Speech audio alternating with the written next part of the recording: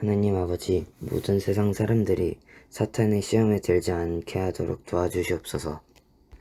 또한 모든 세상 사람들이 시간을 헛되이 하지 않고 꿈을 위해 노력할 수 있는 능력을 주시옵소서. 예수님의 이름으로 기도드립니다. 아멘.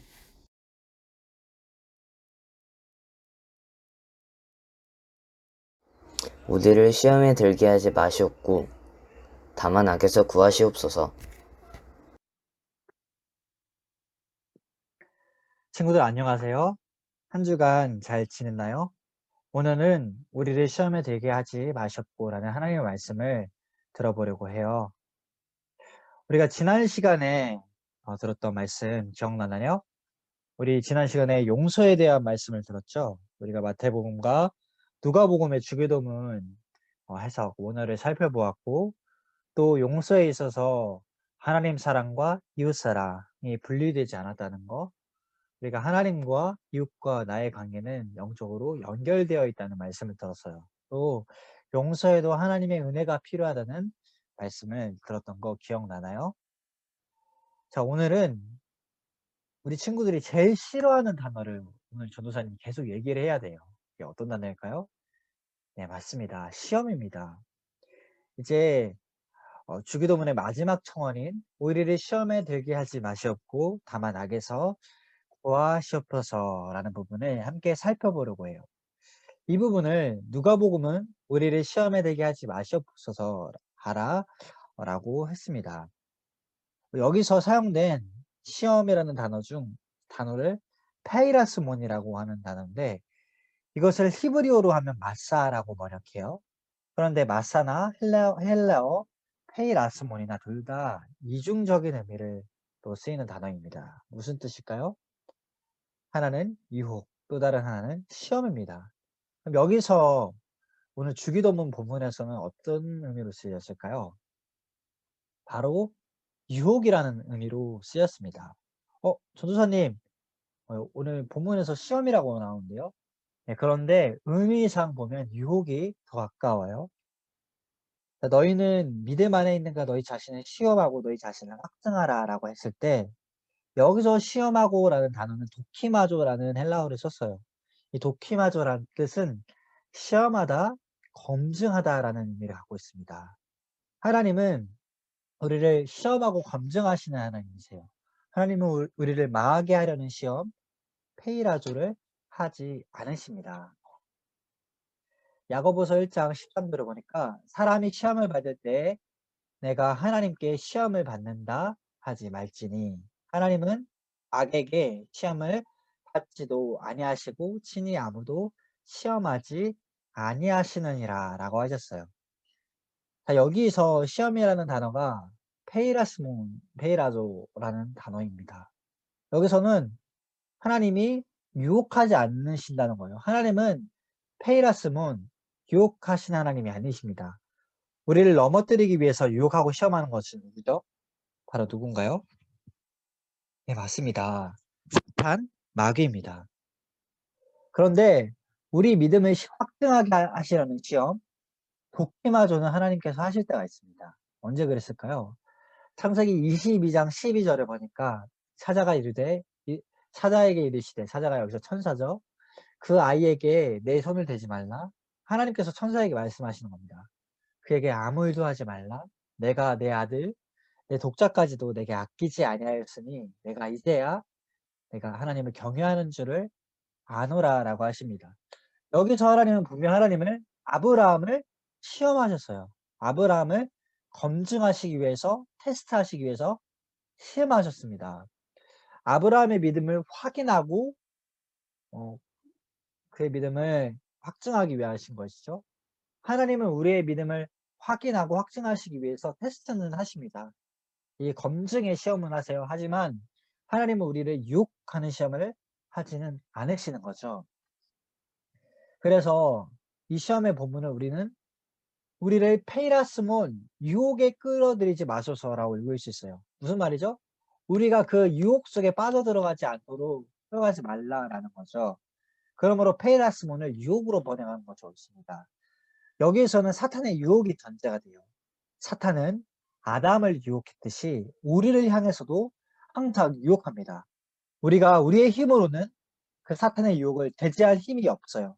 그래서 하나님은 우리를 그 사탄의 유혹으로 빠져들어가는 것을, 하나님 우리를 그 사탄의 유혹으로부터 빠져들어가는 것을 막아주세요. 혹은 사탄의 유혹에 떨어지는 것을 하나님 막아주시옵소서 라고 간구하는 것입니다. 여기서 중요하게 살펴볼 것이 하나가 더 있는데요. 바로 악한 자라는 표현입니다. 이 악한 자 또는 악에 해당되는 투 페네로는 중성으로 볼 때는 악이 되고 남성으로 할 경우 악한 자가 됩니다. 이것을 우리가 우리를 유혹에 떨어지지 않게 해주세요라고 하는 그 전의 이야기와 같이 문맥을 같이 할 때 이 악은 악이 아닌 유혹하는 존재, 악한 자로 보아야 합니다. 그래야지 문맥상 흐름이 자연스러운 거죠. 그러면 우리는 이 말씀을 어떻게 읽을 수 있을까요? 우리를 유혹에 빠지지 않게 하시고 악한 자로부터 구원하소서라고 읽을 수 있습니다. 로마서 6장 23절에 보면 죄의 싹은 사망이요 하나님의 은사는 그리스도 예수 우리 주 안에 있는 영생이니라 라는 말씀이 있어요. 악한 자로부터 구원해 달라는 의미는 하나님의 통치와 사탄의 통치를 전제로 합니다. 아주 간단히 말하면 하나님의 통치와 사탄의 통치가 반대되는 거죠. 사탄은 우리를 죄와 죽음으로 통치하고, 그래서 죄를 지으면 죽음으로 그 결과를 주는 통치를 합니다. 하나님의 통치는 의와 생명의 통치입니다. 하나님은 창조적 자신 창조한 피조물과 올바른 관계를 회복시키시고 우리를 다시 한번 하나님께서 하나님 노릇해 주심으로 말미암아 올바른 관계를 회복시켜 주시는 거예요. 우리가 하나님과의 관계가 회복되고 우리 주변에 있는 피조물과의 관계가 회복되게 하는 것, 이것이 의입니다. 우리가 의인이 된다는 것은 죄 용서받는다는 것의 다른 표현인데, 죄 용서라는 것은 부정적인 표현이고 의인이 된다는 것은 긍정적인 표현이죠. 사실 똑같은 말입니다. 이렇게 하나님은 우리를 다시 한번 하나님의 생명, 신적 생명, 영생을 얻게 한다는 거예요. 우리가 창조주 하나님의 무한한 그 하나님의 생명을 누리는 상속자로 살아가게 한다는 말인데요. 이 말씀이 로마서 8장 15절에 있죠. 너희는 다시 무수하는 종의 영을 받지 아니하고 양자의 영을 받았으므로 우리가 아빠 아버지라고 부르짖느니라. 세 번역으로 보니까 여러분은 또다시 두려움에 빠뜨리는 종살이의 영을 받은 것이 아니라 자녀로 삼으시는 영을 받았습니다. 그래서 우리는 그 영으로 하나님을 아빠 아버지라고 부릅니다. 라고 합니다. 이렇게 하나님의 통치는 종말론적 구조가 가운데 있어요. 아직 사탄과 하나님이 대립 가운데 있는 구조죠. 하나님의 나라가 오게 해 달라는 것은 하나님의 나라가 완성되게 해 달라고 하는 것인데, 이것은 하나님의 통치가 우리 가운데 임해서 사탄의 죄악과 죽음의 통치로부터 우리를 건져 달라는 겁니다. 예전에 전도사님이 어 전쟁 이야기 들은 걸 많이 기억했을 텐데 기억나시나요? 이미 승전 소식이 이미 적군과 싸워서 우리가 이겼어요. 이겼다는, 적군이 우리에게 항복했다는 이제 정보를 들었습니다. 이야기를 들었어요. 메시지를 들었는데 아직 국지전을 하고 있는 거예요. 그 소식을 듣지 못한 적이 아직 이 전쟁의 마지막 전투를 국지전 이제를 하고 있는 상태예요. 이미 전쟁은 승리로 결말이 났습니다. 하지만 아직 전투 가운데 있는 거죠. 아직 전투 가운데 있는 그 마지막 전투 가운데 사탄과 싸우고 있는 우리가 누구예요? 우리 성도들인 것입니다. 그래서 아직도 영적 전쟁 가운데 우리는 있는 거예요.